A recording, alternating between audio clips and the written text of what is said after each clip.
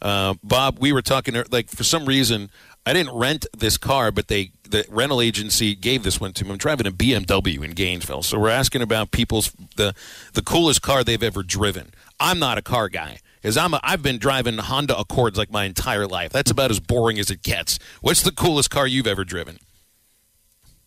Yeah, I'm trying to think. I sure never had a BMW. I think if they offered me something like that, because, oh, yeah, we don't have your Accord ready or whatever, I'd say, no, you got to give me something, even if you take the insurance, But, gosh, I guess I'm not that fancy. Maybe a Mustang or something like that, probably. But, yeah, I've never driven a BMW or anything fancy like that.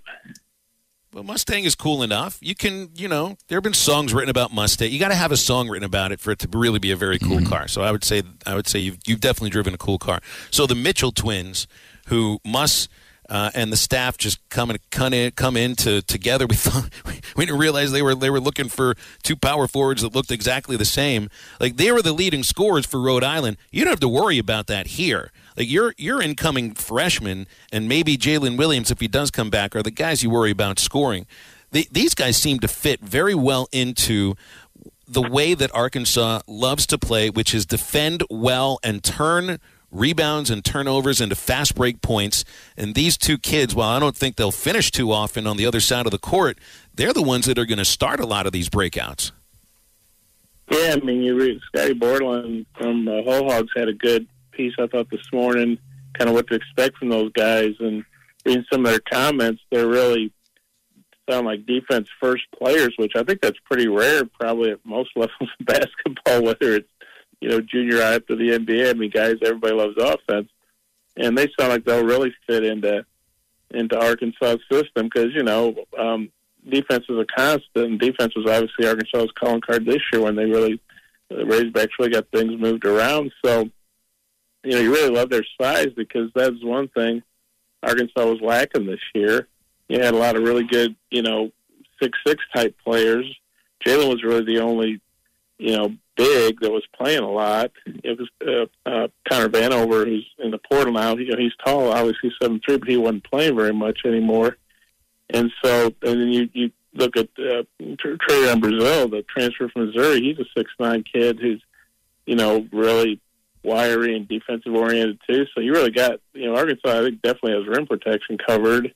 And if Jalen Williams comes back, they'll have a really, really strong front court. And if he decides to stay in the draft, I think they'll still have a pretty strong front court. Although obviously it'll be a whole lot stronger if he comes back.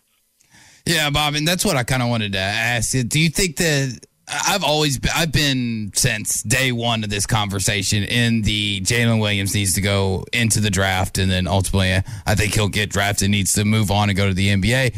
But does this show as a sign that, that's the way that it's kind of leaning towards, because, fans and especially talking heads like us, we like to find deeper meaning in things, of the fact that the three transfers that Musselman has brought in have all been power forward, center type of guys. And even when you bring in a guy like Kamani Johnson into the equation, who played the four for Arkansas last year, that's now basically, five guys to rotate two positions if Jalen Williams comes back. So is this kind of maybe one of those hints that fans could find that kind of shows that Jalen Williams is going to stay in the draft? Well, I mean, I think he's going to stay in the draft based on the evaluation he gets, and if he goes to the combine, and how that works. But I think this definitely shows that, I guess you could say the coaches are covering their bets. If he does leave, they're prepared for it, and if he comes back, that's just that's just more good news for Arkansas. But I think Jalen Williams, really any player who you feel like is on somebody's draft board, why not test the waters? Go through the experience, and maybe they're going to come back and tell you, man, you're a surefire first-round pick. I mean, no questions asked. Well, then I think that's pretty much a no-brainer. Whether you're Jalen or anybody else, you probably, should stay in the draft. If they tell you, well, we're not sure if you're a first-round pick or not, maybe, or you're mid-second-round pick, then, then he's got a decision to make, he and his family do. But, I don't necessarily take this as a sign that Jalen won't come back.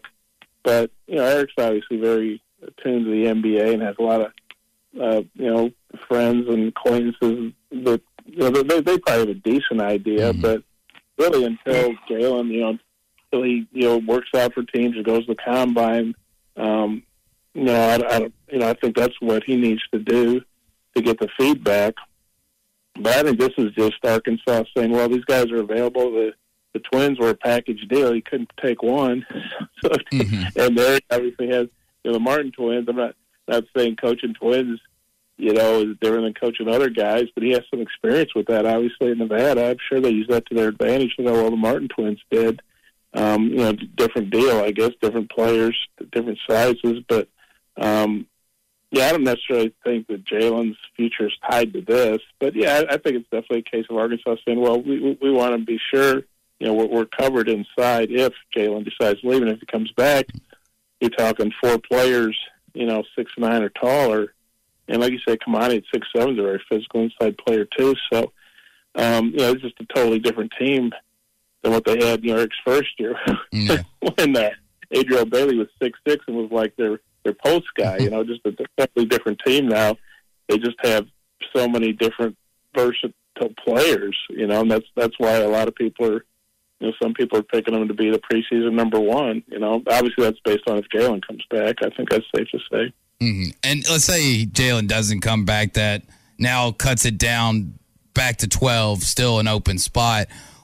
What's Eric Musselman and his coaching staff's next target out of the portal? Or at least what kind of player? Yeah, and and Jalen's got until June 1st, I think, to withdraw. Now, he'll probably have a better indication because the combine, I think, is the 16th or the 22nd of May. You feel like after the combine, he would have a pretty good idea of what to do. So I don't know if he'll take it up to that June 1st deadline or not. But some of it has to do with, well, who's still available out there, in the portal, and who they stay in contact with. I mean, it's interesting because you're saying, well, we have a scholarship if this happens, or, the players have to start making decisions, just like if they were high school recruits, committing earlier. But, Jalen, I think a lot of it has to do with who's there and who's a fit. But I would think maybe, another versatile big, if they could get a guy like that.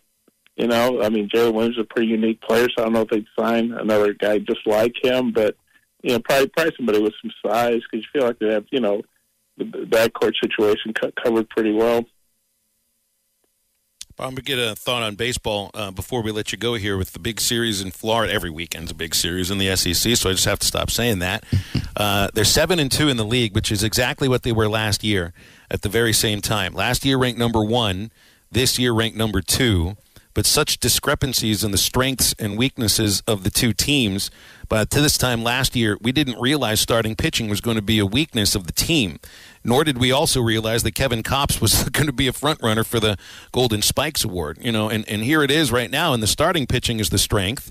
The back of the bullpen is a strength, and the lineup is a little bit of a question. So, year by year, you just never know.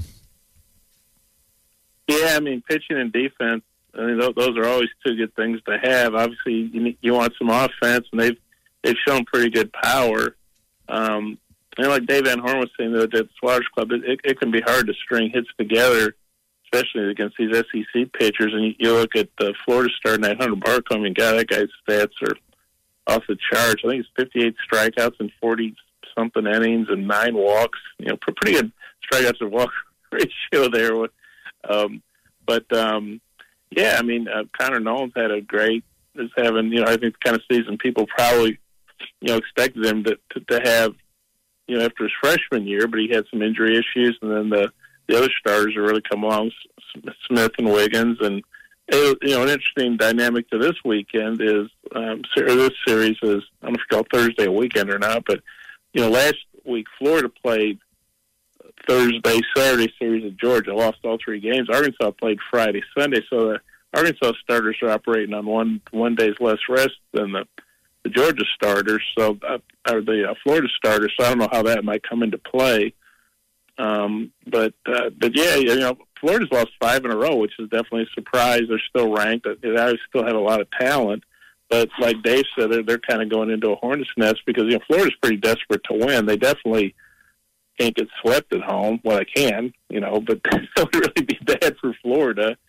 And Arkansas has won 13 straight SEC series. So something's got to give here, I think. But it's Florida's definitely going to be up for this series, and Arkansas is going to have to play well to have a shot to take 2 out of 3, I would think. Bob, we'll let you go with that. Always appreciate you joining us. Thanks so much. BetOnline is your #1 source for all your betting needs, sports info, and odds. Find all the latest sports developments, including this week's odds for the Masters Championship and the start of Major League Baseball season. BetOnline is your continued source for all your sporting wagering needs, including live betting and your favorite Vegas casino and poker games. It's super easy to get started, so join today. Learn why everyone is saying BetOnline is the fastest and easiest way to wager on popular sports and games. BetOnline, where the game starts.